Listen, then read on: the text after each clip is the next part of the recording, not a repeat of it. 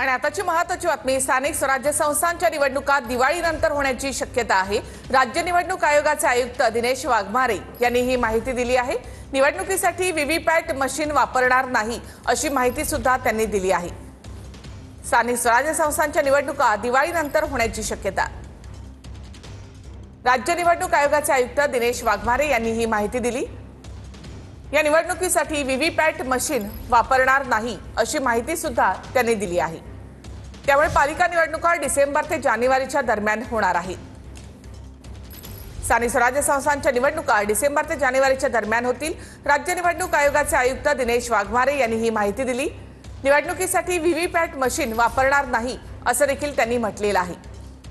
स्थानिक स्वराज्य संस्थांच्या निवडणुका त्यामुळे दिवाळीनंतर म्हणजे डिसेंबर ते जानेवारी या दरम्यान होतील अशी माहिती राज्य निवडणूक आयोगाकडून देण्यात आली आहे। डिसेंबर ते जानेवारीच्या दरम्यान पालिका निवडणुका होणार आहेत। त्याचबरोबर स्थानिक स्वराज्य संस्थांच्या निवडणुका टप्प्याटप्प्याने होतील अशी माहिती देखील राज्य निवडणूक आयोगाकडून देण्यात आली आहे। स्थानिक स्वराज्य संस्थांच्या निवडणुका दिवाळीनंतर होणार।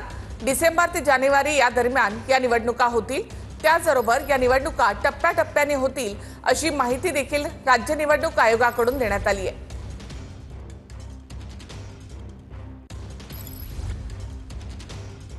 रचनेचं जे ॲक्च्युली शेड्यूल जे आहे ते शेड्यूल वेगवेगळं आहे। म्हणजे नगर परिषदेसाठी वेगळं आहे, महापालिकेचं वेगळं आहे, जिल्हा परिषद पंचायत समितीसाठी वेगळं आहे। आता जिल्हा परिषद पंचायत समितीचं जे आहे सध्या विभागीय आयुक्त यांच्याकडे हरकती सूचनाची सुनावणी 8 ऑगस्टपासून लावलेली आहे आणि नगर परिषदची जी आहे ती नगर परिषदची अंतिम 30 सप्टेंबर आणि महापालिकेची पण 6 ऑक्टोबर। तर या डेट्स आहेत, म्हणजे 30 सप्टेंबर फॉर नगर परिषद, 6 ऑक्टोबर फॉर महापालिका आणि जिल्हा परिषद पंचायत समितीसाठी 25 ऑगस्ट ही प्रभाग रचनेची मुदत।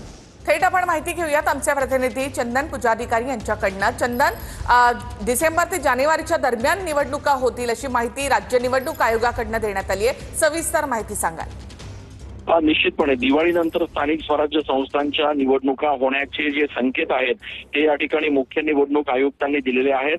राज्यात टप्प्याटप्प्याने स्थानिक स्वराज्य संस्थांच्या निवडणुका होतील असं देखील त्यांनी यावेळेला सांगितलेलं आहे।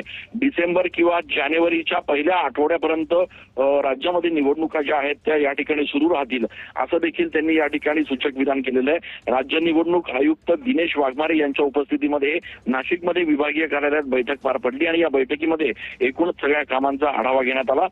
त्याचबरोबर नंदुरबार, जळगाव, धुळे, नाशिक या सगळ्याचा आढावा देखील या बैठकीत घेण्यात आला। मात्र सगळ्यात महत्त्वाचं म्हणजे दिवाळीनंतर स्थानिक स्वराज्य संस्थांच्या निवडणुका होण्याचे जे संकेत आहेत ते आयुक्तांनी या नक्कीच धन्यवाद चंदन एकूणच माहितीबद्दल।